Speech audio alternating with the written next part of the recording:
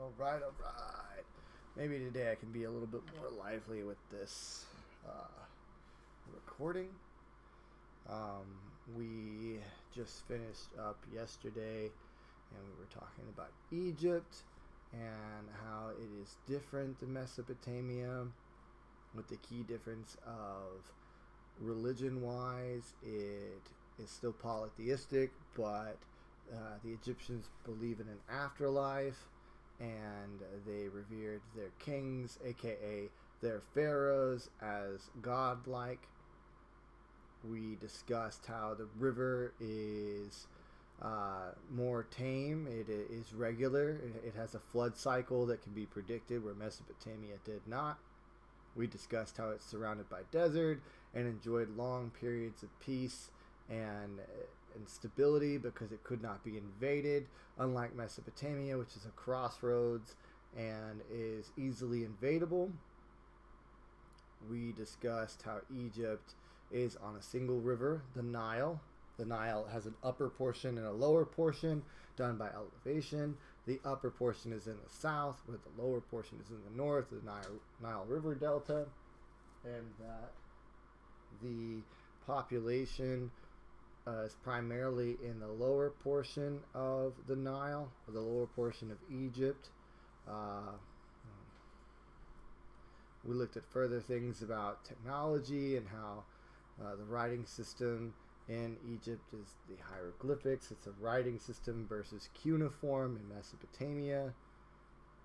And we ended here discussing the economy and how Egypt is a breadbasket just like Mesopotamia and had to trade for things. However, they did get their stone and their limestone from the upper portions of Egypt, where they transported it down the Nile. But they did trade with the Mesopotamians, making it as far as the Indus River Valley in Pakistan. And they also were trading across the Med via the Phoenicians and Minoan civilizations that we'll really get into next week via the island of Cyprus. So today we're going to address another question. We looked at these river valley civilizations. We discussed how utilizing the river and the nutrient-rich soils, that they had excess food, and this allowed for populations to specialize and to develop into a city and whatnot, right? Well, a question might arise, and maybe it arose to some of you, I don't know. And that question is, how is it that this technology of utilizing bronze and making tools, or farming, irrigation, even the religious practices, how do they all end up in this key location of Egypt? How do they all end up along the Nile? Or, I ask you, how did they end up along the Mesopotamian River Valley? Why there? Why not another river? Why not another lake? How did they end up at that location? Well, lots of people have theorized this. And by theorized it, I mean they've thought about it. They have put the problem down to paper. They've drawn some conclusions, and they came up with like a scientific hypothesis, or a guess, right? They hypothesized about it. They came up with a guess. Sorry, I keep sniffling. One of those guesses is that there was a large migration of people, and those people traveled across the land, and as they traveled, they gathered up the technology, they gathered up the ideas, and the plants, and the animals, and eventually they settled along these river valleys, creating the river valley civilizations. Or maybe they met people already settled there, and they just gave it to them. Either way. But it's still a theory. And that led to this theory about the Bantu people and what they call the Great Bantu Migration. These people, the Bantus, are going to be the explanation as to how Egypt gets all of this technology grouped into one place along the perfect location, the Nile, in a nice stable area that's peaceful and allows them to flourish into the civilization we know as ancient Egypt. Some key things we're going to talk about. You're going to hear the word Bantu a bunch because it's the Bantu people, Bantu migrations. You're going to look at cultivation, nomadic herdsmen, and a thing called Swahili, which is a language. All right. So, I ask you. Well, I already kind of answered that. But the question is what lasting impact did the Bantu have on the African the continent, right? And these Bantu people, they start in what amounts to the eastern area of Nigeria, which Nigeria is, still not sure if you guys can see my cursor. I need to pay attention to that. Is this area here with the people here in Africa. See the little people in the middle? That's roughly where Nigeria is located. Nigeria is in what we call the Western African coast, or West Africa. It is the area of, let's see, Nigeria, Senegal, Gambia, Cameroon. What else? Let's see, I said Sierra Leone. And now the Ivory Coast, I think. That's all West Africa. So just east of the location that Nigeria is today, these Bantu people began. And what they did is they migrated east, or northeast rather, up towards Egypt. Okay? So from one corner here on the western coast up towards Egypt, towards the Mediterranean. And this left a lasting impact because they spread their immune system, their the immunity that they had developed as they traveled and they met new diseases. They would then bring that immunity with them. And it's not like they just walked from eastern Nigeria to Egypt and they were done. Like, they didn't just do it over a day. This took generations, and they would often stop somewhere for a while. So they would pack up and move say 100 or 200 miles, stop somewhere near a watering hole or a small river or something like that, and then they would plant down some roots and farm for a little bit, cultivate, be introduced to some new diseases, and they would then develop all that kind of stuff, maybe even gather a new technology, and then after a couple generations pack up and move another couple hundred miles, and rinse and repeat. And what this does is they become like collectors of technology and collectors of language and collectors of immunity, or even lactose tolerance. What is lactose tolerance? Well, have you ever heard of someone being lactose intolerant with an I-N in front? That means that they can't drink milk, because milk has what's called lactose in it, which is a sugar. And you need lactase, which is an enzyme in your stomach to break down the sugar in order to digest it. If you don't have lactase, the lactose ends up causing you to have to put a whole bunch of water into your intestine to flush it out, and you get diarrhea. So lactose intolerance means that you don't have lactase and you're unable to digest lactose, giving you diarrhea when you drink milk. Well, these Bantu, after being introduced to presumably goat milk, developed a tolerance to the lactose, thereby making it where they could drink milk, and they introduced that to the eastern part of Africa as well as the southern part of Africa. They also are the people that they don't all migrate. Some of them stay behind. They become your modern day Nigerians and your mid millennial. I guess it's later than that. Anyways, your 1500 CE Common Era Africans on the West Coast, who then later on during the 1690s into the early 1700s and then all the way into the late 1700s end up being the Africans who are exported to the West Indies and the Caribbean islands and southern United States to become indentured servants at first, and then later on slaves. So that's the Bantu. They contribute quite a bit to all of this sort of stuff. That's why they're influential when we're discussing them. So they would be the most influential people of sub-Saharan Africa.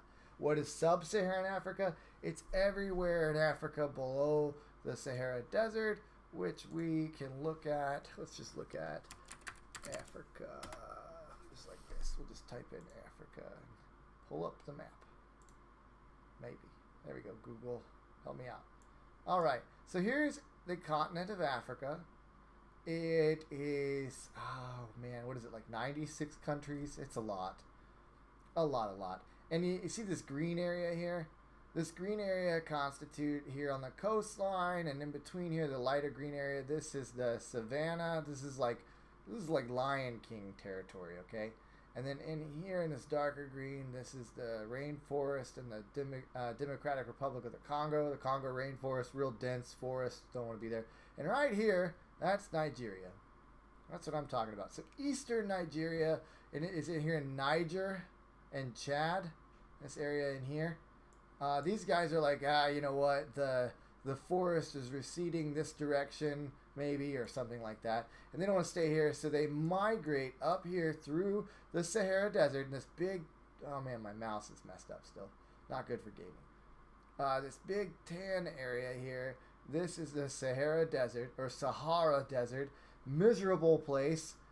Let's look at it, and yeah, here we go. Look at that. Oh my God. Yeah, no thanks. I don't like, well, actually I do like the desert, but I just still, wouldn't want to live here. Or walk across it. I mean, can you imagine? And they walk all the way up here into the upper Egypt. Yeah, notice I'm down here, but this is upper Egypt.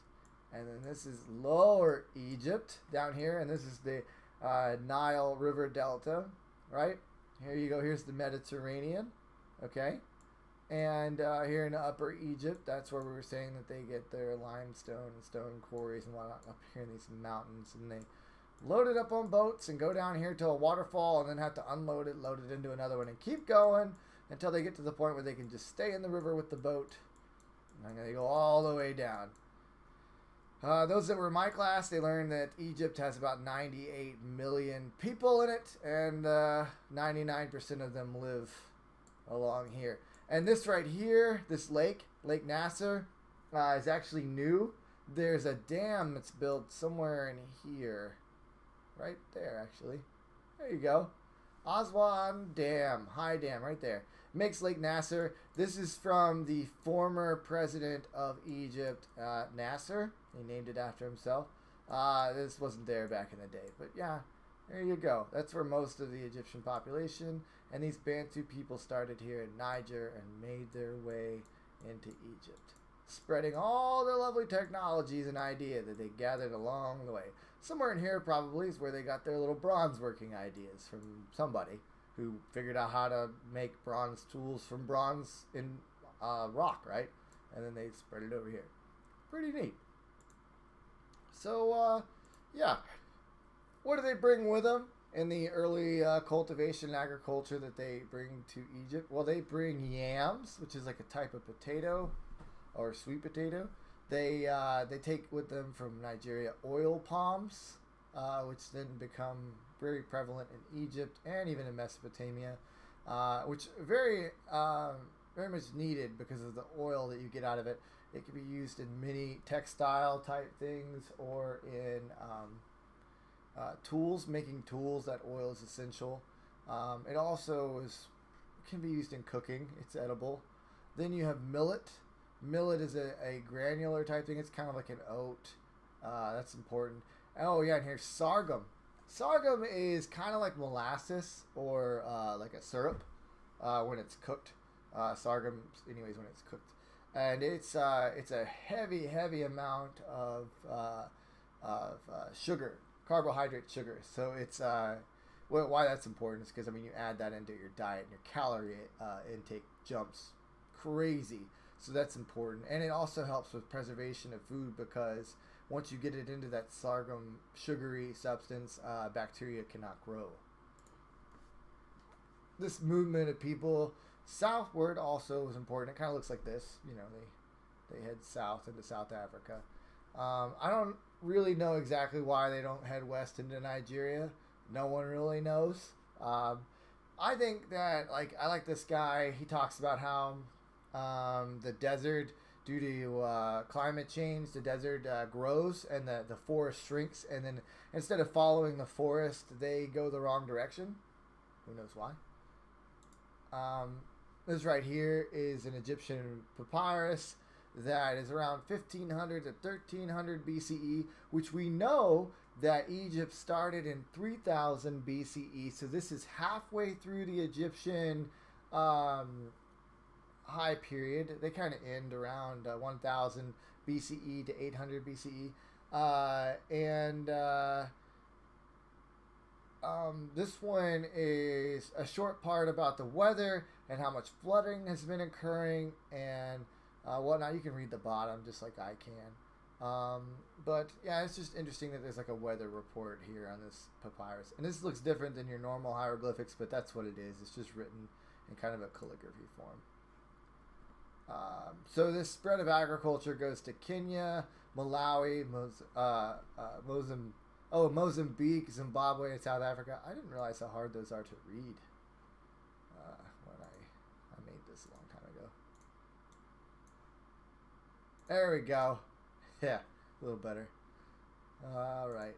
So Bantu agriculture, how it works? Well, they get this idea somewhere along the way and spread it along, and it's this whole process becomes ubiquitous throughout the entire world. Those who don't know what ubiquitous means, it means spread evenly throughout or commonly occurring throughout the entire world. And it's called slash and burn farming. What you do is you grow your crops, or you go into the what amounts to a forest, and you kind of cut down the big brush parts, and then you burn it. And after you burn it, you let the soil sit for a little while. That soil that sits with the ash on top of it becomes very, very fertile, and then you can grow plants in it, and you get a really fertile land to grow the plants in. The thing is usually the plants that are growing there, they will leach nitrogen from that area and basically just destroy the soil after like a couple of growing season, and then it's dead. Like the ground is just dead. You can't even burn the existing plants anymore to create more nitrogen. So you have to just let it sit fallow. That's what it's called, or just sit fallow, and it'll have to sit there for quite some time. And then you got to move on to another patch of land, burn some more forest, and start over. This was fine back in the day, back in the ancient times.